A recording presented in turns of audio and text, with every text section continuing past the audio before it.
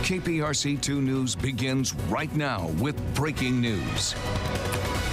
Yes, and we are following a major announcement that we've just learned in the past 5 minutes revolving around putting Houston on the national stage for national politics. That's right. Mario Diaz joining us live from the newsroom. And Mario, Houston is very familiar with this stage. Andy, indeed they are. In fact, the last time our city hosted a party like this was in 1992 at the Astrodome. And the Republican Party is looking to bring its show back in 2028. As minutes ago, it was announced that Houston will be hosting the GOP convention once again. Houston beating out other cities, including Miami, to host the 2028 convention. Of course, this is a big win for the city, as it will mean millions poured into Houston in terms of economic impact, as well as plenty of jobs tied to the convention. Have you heard that Houston is going to be the site of the 2028 Republican National Convention?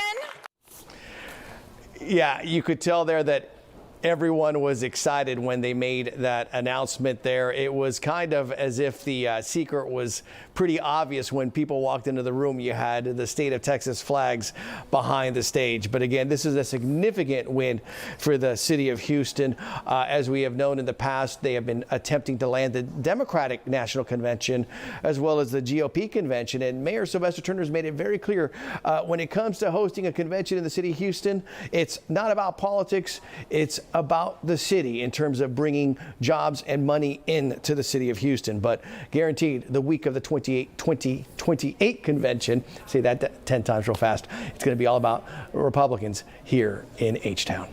Yeah, and Mario, you mentioned the convention bringing in millions and millions of dollars into the local economy. Let's drill down on this a little bit further. How much exactly are we talking about here in terms of an economic impact? You know, Andy, we recently started looking at this with KPRC2 Investigates for a segment that we do on the live stream called Pop Off Politics every Tuesday. And we examined other cities and what they've seen in the past. The projections for Houston alone was about $150 to $200 million. They are really anticipating being around that mark of $200 million in terms of just the economic impact, what it means for downtown Houston, all of those hotels, as well as the surrounding hotels, because much of the action will be directly at the George R. Brown Convention Center, as well as the Toyota Center. Likely impacting Houston in a very big way. And Mario, what does this mean for Texas in terms of political standing and how Republicans view this? That's a good question, Brittany. It's interesting because the last time they came in 1992 it was when George Herbert Walker Bush was the president, right? He was the incumbent, and they did so as if it was a hat tip to the president. Let's go back to your hometown and have the party. But what you have seen in recent years is the shift to go to the battleground states. It started with President Obama in 2008 going into Colorado. Then you started seeing it with Republicans as well. You had Donald Trump in 2016, who was in Cleveland, and you had Hillary Clinton in 2016 in Pennsylvania. Those were key battleground states. Why? Because the attitude is we bring you money, we bring you the jobs, we bring you a lot of people, we help out your city, we're helping out your state. We want to obviously try to get your vote because it is a battleground state. But Texas has been dramatically Republican for years.